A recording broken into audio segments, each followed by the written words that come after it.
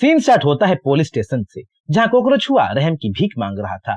किसी भी हाल में हेल के टॉर्चर से खुद को बचाना चाहता था, और क्योंकि कॉकरोच हुआ सब कुछ सच सच बता दिया था, तो डेविड उसे इटर्नल टॉर्चर से बाहर भी निकाल लाया था। सब कुछ जान के पुलिस कैप्टन स्ट्रॉन्ग डॉग और उसके गैंग पे फाइन लगा देता है, और डेविड को कंडीशन के मुताबिक पुलिस स्टेशन से घर जाने का परमिशन तो नहीं देता, पर पुलिस स्टेशन में सुस्ताने का परमिशन जरूर दे देता है। और डेविड सुस्ताता भी है, वो भी अपने घर की तरह। 3 घंटे बाद पुलिस कैप्टन वापिस आता है और डेविड को सवाल जवाब करने लगता है, जहाँ डेविड मैं निर्दोष हूँ, मुझे घर जाने दो बोल के चीख चिल्ला रहा था। पुलिस वाले मुझ पे अत्याचार कर रहे हैं बोल रहा था। वहीं पुलिस कैप्टन डेविड से कॉकरोच हुआ के बारे में कुछ जानना चाहता था। पुलिस कैप्टन जानना चाहता था कि डेविड ने ऐसा क्या किया कि जिद्दी ढीठ कॉकरोच हुआ सब कुछ बोल पड़ा। डेविड पुलिस कैप्टन को एक्यूपंक्चर के बारे में और इधर उधर के वुडू स्पेल्स के बारे में बोल के पुलिस कैप्टन को गुमराह करके अपने आप को इंट्रोगेशन से बचा लेता है, और उल्टा एक लड़कियों से घिरे रहने का स्पेल का लालच देख के पुलिस स्टेशन से धक्के खा के बाहर आ जाता है। बाहर डेविड का इंतजार उसका फैमिली कर रहा था, और डेविड को सलामत देख बहुत खुश हो रहा था। घर पे जहाँ दोनों भाई बहन जीते हुए पैसों को लेके लड़ रहे थे, वहीं डेविड का फादर आके खुद सारे पैसों को रख लेता है और दोनों के झगड़े को वहीं खत्म कर देता है। अगले दिन प्रोफेसर फैंग और डेविड हॉस्पिटल जा रहे थे, और हॉस्पिटल में वो लोग एल्डर लिन की ग्रैंड डॉटर की इलाज के लिए जा रहे थे। यहाँ हमें पता चलता है कि professor Fang first child doctor होने के बावजूद भी एल्डर लिन के ग्रैंड डॉटर की बीमारी को पहचान नहीं पा रहा था, इसीलिए उसे डेविड की मदद की जरूरत था। हॉस्पिटल में एल्डर लिन की ग्रैंड डॉटर बहुत क्रिटिकल कंडीशन में थी, और हर वक्त उसके तबीयत की मॉनिटरिंग की जा रही थी। हमें यहाँ ये भी पता चलता है कि एल्डर लिन की ग्रैंड डॉटर बचपन में ही अपने माता पिता को एक एक्सीडेंट में खो दी थी, और धीरे धीरे डिप्रेशन में वो जाने लगी थी।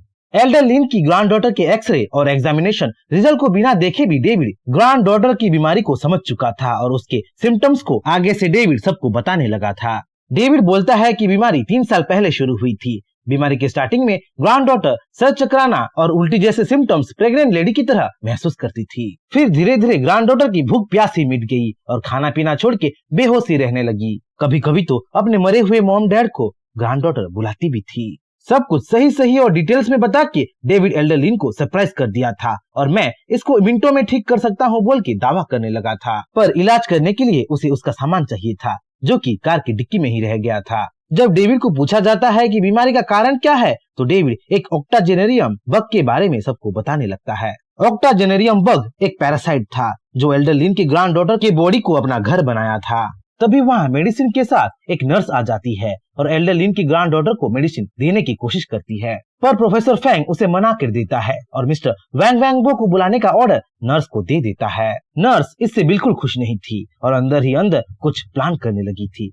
उसी बीच डेविड हॉस्पिटल के नीचे जा रहा था, पर आधे रास्ते से मैं गुम हो जाऊंगा बोल के वापिस आ गया था।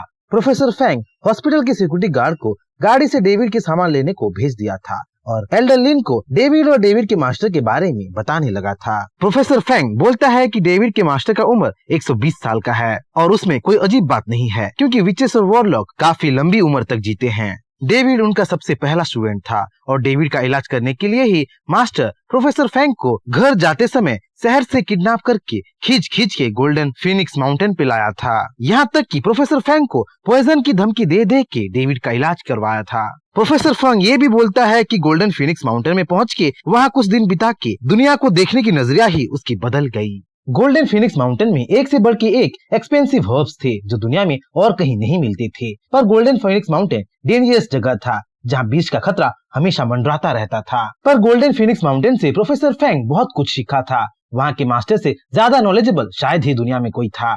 वहाँ रहते रहते डेविड से प्रोफेसर फैंग का लगाव हो गया और उसे प्रोफेसर फैंग सीनियर बोल के बुलाने लगा। उसके सामने ही डेविड बड़ा हुआ और देखते ही देखते प्रोफेसर फैंग मास्टर का सेकंड डिसाइपल मतलब स्टूडेंट बन गया। प्रोफेसर फैंग मास्टर के थर्ड और फोर्थ स्टूडेंट्स के बारे में उतना कुछ नहीं जानता था, तो फिफ्थ स्टूडेंट के बारे में प्रोफेसर फैंग जरूर जानता था। मास्टर का फिफ्थ स्टूडेंट था दादेर, जिसका खुद का एक सेक्ट था और जो मास्टर से हमेशा जलता रहता था, और उसी जलन के मारे गोल्डन फिनिक्स माउंटेन में उसने अपने 100 स्टूडेंट के साथ हमला कर दिया था और वही उसका सबसे बड़ी गलती था। उसी दिन डेविड बहुत गुस्से में था क्योंकि उस दिन मास्टर उसे हिरन का मीट खाने नहीं दिया था और उसी गुस्से में डेविड दादर के स्टूडेंट के साथ उलझ गया था। देखते ही देखते डेविड दादर के 30 स्टूडेंट को अपने मार्शल आर्ट से नॉकआउट कर दिया था। दूसरे 30 स्टूडेंट्स को पॉइजन और इंसेक्ट से बेहोश कर दिया था। बाकी 30 स्टूडेंट्स डेविड के वुडू स्पेल का शिकार हो गए थे और जो 10 स्टूडेंट्स रह गए थे वो डर के मारे वहाँ से भाग गए थे।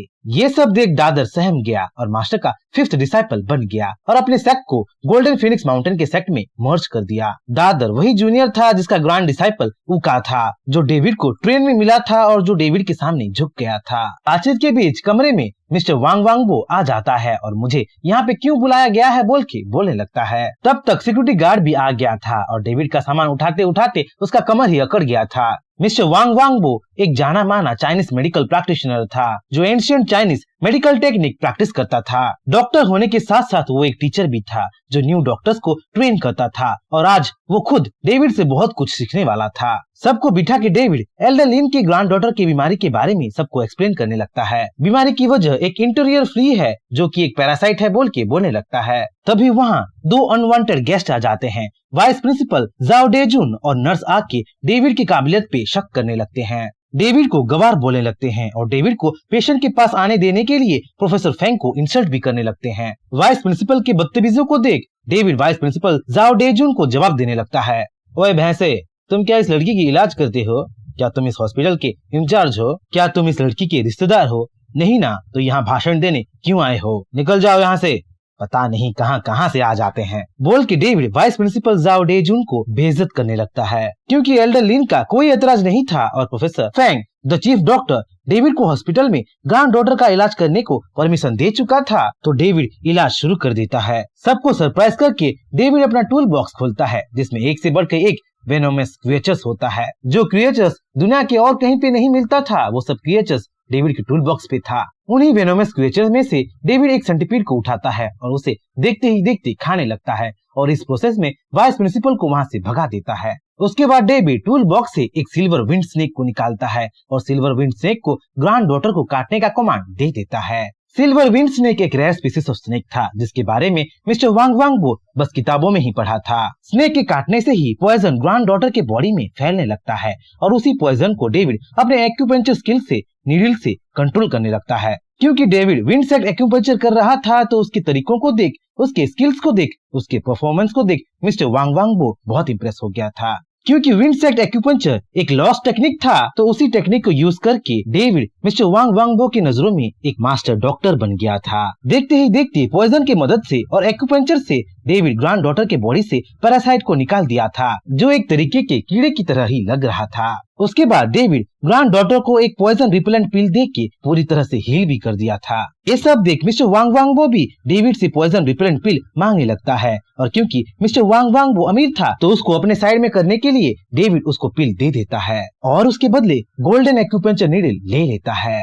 सीन शिफ्ट होता है मैंशन पे जहाँ डेविड अपने घर वापस आ चुका था और मेडिटेट कर रहा था। मेडिटेशन के प्रोसेस में डेविड के पेट बॉक्स से सारे पॉइजनस क्रिएचर्स बाहर आ गए थे और डेविड को घेरने लगे थे। स्नेक उस पे पॉइजन स्पिट कर रहे थे। वहीं स्पाइडर, स्कॉर्पियन और सेंटीपीड डेविड के बॉडी को कवर करने लगे थे। उस पे डंक मार मार के डेविड के इनर सर्कल को ग्रो कर रहे थे। डेविड को माउंटेन छोड़ते टाइम उसके मास्टर ने उसे एक स्क्रोल दिया था। स्क्रोल में आगे बढ़ने का, इवॉल्व होने का तरीका लिखा गया था। डेविड उस स्क्रोल को पढ़ ही रहा था कि प्रोफेसर फेंग फिर से आ जाता है और डेविड को अपने साथ पीस किंग रेसिडेंस ले जाने की बात करने लगता है। दोनों कार से जा ही रहे थे कि रोड पे एक हंगामा हो जाता है। एक आदमी उनके कार के सामने आके वुंडेड होने का नाटक करने लगता है। प्रोफेसर फेंग उसका इलाज करने की कोशिश तो करता है पर वो आदमी साफ साफ मना कर देता है और बदले में पैसे मांगने लगता है। वो आदमी एक स्कैमर था जो रोड पे आने जाने वाले लोगों को स्कैम करके पैसे मांगता था और इस बार वो सक्सेसफुल भी हो गया था। डेविड प्रोफेसर फेंग को उस आदमी को पैसे देने को बोलता है क्योंकि उस आदमी के सर पे मौत मंडरा रहा होता है। ग्रिम रीपर उस आदमी पे अपना साइट घुमा चुका था और वो आदमी पल भर का ही मेहमान था। जैसे ही वो आदमी अपना नेक्स्ट शिकार देखता है उनके गाड़ी के सामने वुंडेड होने का नाटक करने लगता है। उस आदमी का एक्सीडेंट हो जाता है और ग्रिम रीपर डेविड को देख मुस्कुराने लगता है।